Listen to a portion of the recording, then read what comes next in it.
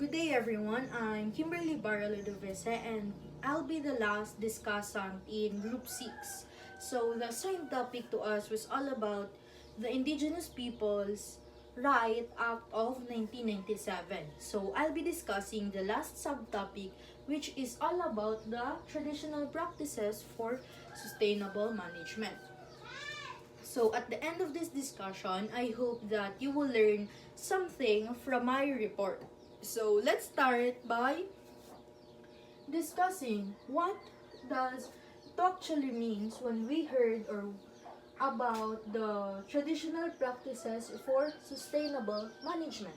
So it encompasses a variety of techniques developed and refined by indigenous communities over generations. So these are the time-tested methods or techniques used by or developed rather by the indigenous communities to maintain balance between humans and the environment.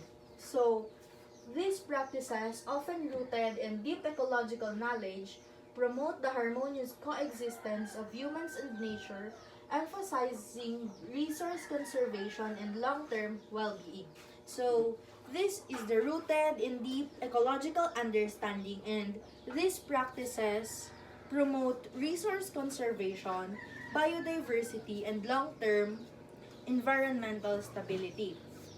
So, I've gathered 8 examples of traditional practices. So, in order for you to understand them all, let's discuss them one by one. So, let's start with agroforestry. It means that integrating trees into agricultural systems to improve soil health, enhance biodiversity, and provide multiple resources like food and fuel wood.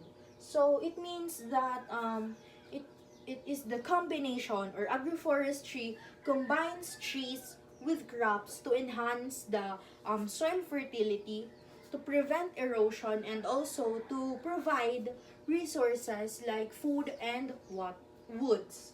So examples of this are the Ifugao rice terraces, which can be found in the Philippines. So it is the combining forest trees, and the rice paddies.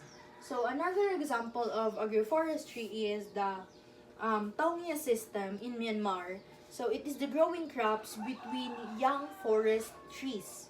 So another example is the home gardens in Indonesia. So it is integrating fruit trees, vegetables, and livestock. So next example of traditional practice is the integrated pest management. So it is the utilizing a range of techniques to control pests and diseases, minimizing reliance on synthetic pesticides. So this may involve crop rotation, natural pest predators, and even the cultural practices.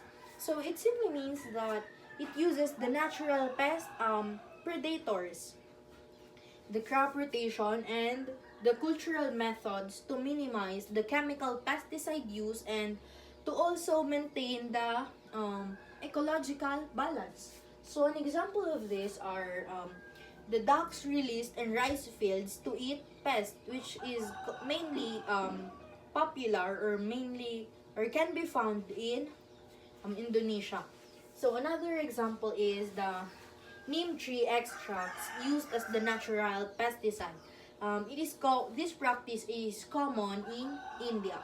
So last example is the crop rotation and trap cropping to manage insects pests. So this practice is commonly used, or it is most commonly used in the Philippines. So next is the sustainable use of natural resources.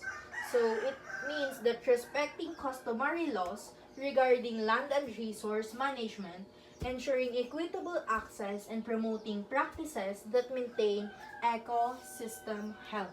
So it means that it follows the customary rules to ensure fair and responsible use of land, water, and forest for the future generations. So examples of sustainable use of natural resource are the Tagbanwa people practicing seasonal fishing limits. So the Tagbanwa people can be found in Palawan. So another example is the Maori that observes the customary bans on over-harvested areas. This practice is commonly done or can be found in New Zealand. So the last example is the Mangyan communities collecting forest products only as needed. So it can be found in Mindoro, Philippines, because Mangyans are mostly residing or living in Mindoro, most of them, rather. So the fifth example of traditional practice is the the fourth pala. So the fourth practice is the water harvesting. So when we say water harvesting, it is the implementing techniques like step wells and other systems to collect and store rainwater for irrigation and other use, particularly in arid and semi-arid regions. So this means that water harvesting collects and stores the rainwaters through traditional systems. So, like the step wells to support irrigation and even the household use, and especially in the dry areas. So, examples of these are the step wells and bowlies for rainwater storage. This is most common in India. So, another example is the Bayanihan community built irrigation canals. So the Bayanihan community built irrigation canals is mostly practiced and it can be found in the Philippines. So last example is the rooftop rainwater collection systems. This practice is mainly used in Thailand. So the next or the fifth is the traditional burning. It is the using controlled burns to manage vegetation, reduce wildfire risk, and promote the growth of specific plants and habitats. So it means that it applies the controlled fire to manage the vegetation. It also helps to reduce the risks of wildfires and to encourage the growth of certain beneficial plants. So an example of this are fire stick farming by Aboriginal Australians to promote new plant growth. Another one is the grassland burning by Aita communities for hunting and soil renewals. So last is the controlled forest burning by the Native Americans to prevent wildfires. So another example of traditional practice is the crop rotation. So it is the rotating different crops in sequence to maintain soil fertility, reduce pests, and decrease the build-up and improve overall agricultural productivity. So it means that it alternates different ways or different crops each season to restore the soil nutrients, to also control the pests and to improve the yields. So an example of this are the rice mungo bean rotation.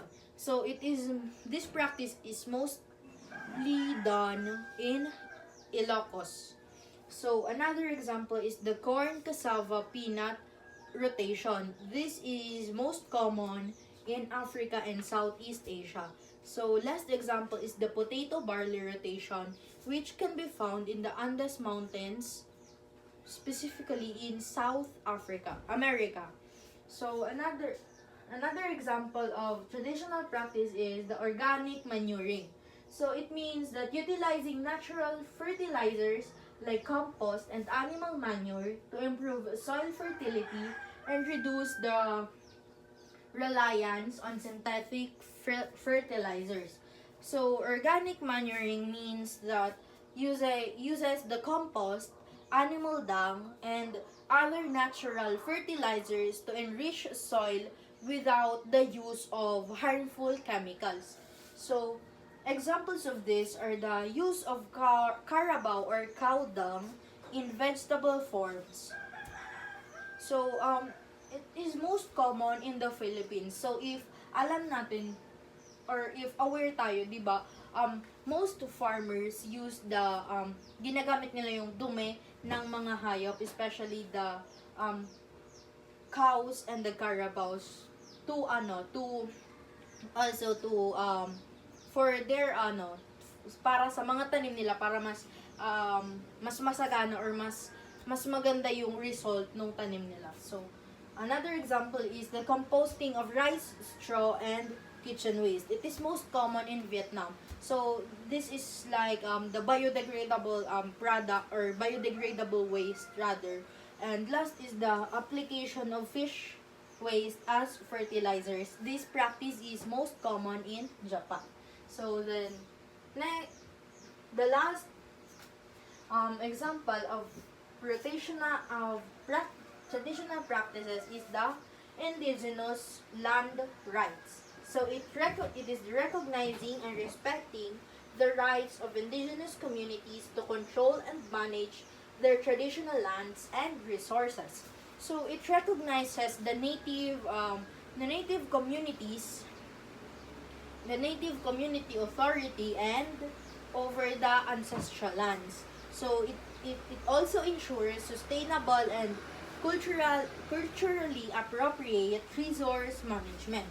So examples of this are lumad communities that is protecting the ancestral forest. So this practice is common in Mindanao. So another example of this is the Igorot people maintaining communal lands or also known as the Muyong. So as we all know, Igorot peoples can be found or mostly can be seen in Cordillera.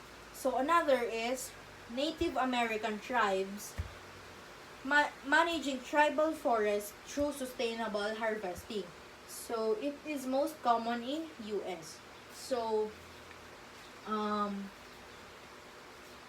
these practices or these traditional methods demonstrate how indigenous knowledge supports both environmental protection and also the community well-being. So it serves as a vital model for the modern sustainable development. So for us to easily remember this discussed topics, we just have to remember that when we hear the word traditional practice for sustainable management, it refers to the general ecological knowledge for sustainability. While on the examples of traditional practices, when we heard agroforestry, it means that it is the trees integrated with farming. While on the integrated pest management, we just have to remember that it is the natural pest control methods. While on the sustainable use of natural resources, it is the responsible and equitable resource management. On water harvesting naman, it is the collecting and storing rainwaters. So on traditional burning, you just have to remember that it is the controlled fire for land care. Another is for crop rotation. It means that it is the alternating crops for the soil health. So when we heard the word organic manuring naman, you just have to remember na it is all about using the natural fertilizers. And lastly, the indigenous land rights. So we just have to remember that it is all about protecting the ancestral territories. So let's proceed to the bridging traditional knowledge with the modern approaches.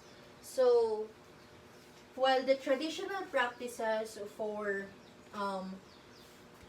offer valuable insights, they can also be adapted to meet the contemporary challenges. So traditional knowledge holds a valuable insights for sustainable resource management and for the environmental protection. So, integrating traditional knowledge with modern science and technology can lead to more effective and sustainable solutions. So, by integrating those practices with the modern science and technology, communities can develop a more effective and also a adaptive solutions for today's challenges. So examples of bridging the traditional knowledge with the modern approach is combining indigenous soil knowledge with modern soil testing to improve the crop yields. So this is most common in the Philippines. So another example is using traditional herbal medicine alongside the scientific research to develop new treatments. This practice is commonly known or done in China and India. So last example is the integrating traditional irrigation methods like bayanihan canal systems with the modern water management technology, which is most common in Southeast Asia. So to easily remember, if what does bridging traditional knowledge with modern approach is all about, we just have to remember that it is blending the indigenous wisdom with science. So now let's proceed to the challenges and considerations. So I know na there are a lot of challenges and considerations, but I've only there we will only discuss three main challenges and considerations. So let's start with the first, which is the loss of traditional knowledge. So it simply means that modernization and changing social structures can lead to the erosion of traditional knowledge systems. Efforts to document, preserve, and transmit this knowledge to future generations are crucial. So this refers to the rapid modernization and changing lifestyles that can cause for the traditional wisdom to fade. So it is also vital to document, to preserve, and to pass to the younger generation all of these practices.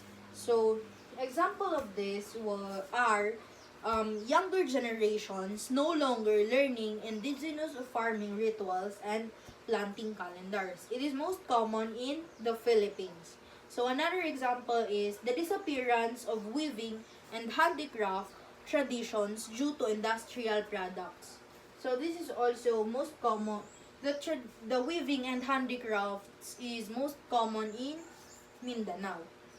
Another example is decline in oral storytelling and ecological knowledge among Arctic indigenous people. So, the reason of the loss of traditional knowledge is because the younger generations are no longer interested to learn all about this because they are more focused on certain things rather than focusing or learning or what are the traditional knowledge and their importance. So another challenge and consideration is the external pressure. So globalization, market forces, and climate change can exert pressure on traditional practices. It is important to adapt these practices to changing circumstances while safeguarding their core principles. So, as we all know, globalization, economic demands, and the climate change threaten the continuity of the traditional methods. So, while adopting these practices, we should focus on adopting these traditional practices while also maintaining their core values because they are essential. So, example of this are the climate change altering traditional planting and fishing reasons, which is most common in Pacific Islands, of course. So another example is the commercial logging threatening indigenous forest management systems. Most common siya sa Amazon and Philippines. So last example is the market-driven agriculture replacing the crop diversity with monoculture. It is most common in Southeast Asia. So last example or last challenge and consideration that we will be discussing today is all about the partnerships and collaborations. So it is the successful integration of traditional knowledge, and it also requires collaboration between indigenous communities, government, researchers, and also other stakeholders. So effective integration depends on the cooperation of indigenous communities, the governments, and the scientists, and also the organizations in order to share knowledge, resources, and also the decision making power. So examples of this are the government and indigenous groups co-managing protected areas like Mount Apo Natural Park, which is most common in the Philippines. Kasi ang Mount Apo is located in the Philippines. So another is researchers working with Ifugao farmers to document and preserve rice terrace farming techniques. And another one is the NGOs or the non-government organizations partnering with the Lumad communities to promote sustainable forest management and ecotourism. So for us to easily remember these three challenges and considerations, we just have to put it in our mind that when we heard the word loss of traditional knowledge, it simply means that it is the erosion of cultural practices. While on external pressure, it is the globalization and the climate impacts. And lastly, on the partnerships and collaborations, it is the collaboration for the sustainable management. So to sum up this report, we just have to remember these key factors or these key phrase this phrases to easily recall or to easily understand what does traditional practices for sustainable management means. So first is generation. It refers to it is the generations of ecological wisdom. Another is it is the diverse sustainable methods. So another is respect for land and nature. So another it is all about combining traditional and modern science. So another definition or another term for us to easily remember it preserve against modernization threats. And lastly, collaboration ensures sustainability. So that would be all for my report, and I hope you understand something. And if you have any questions or clarifications, don't hesitate to message me.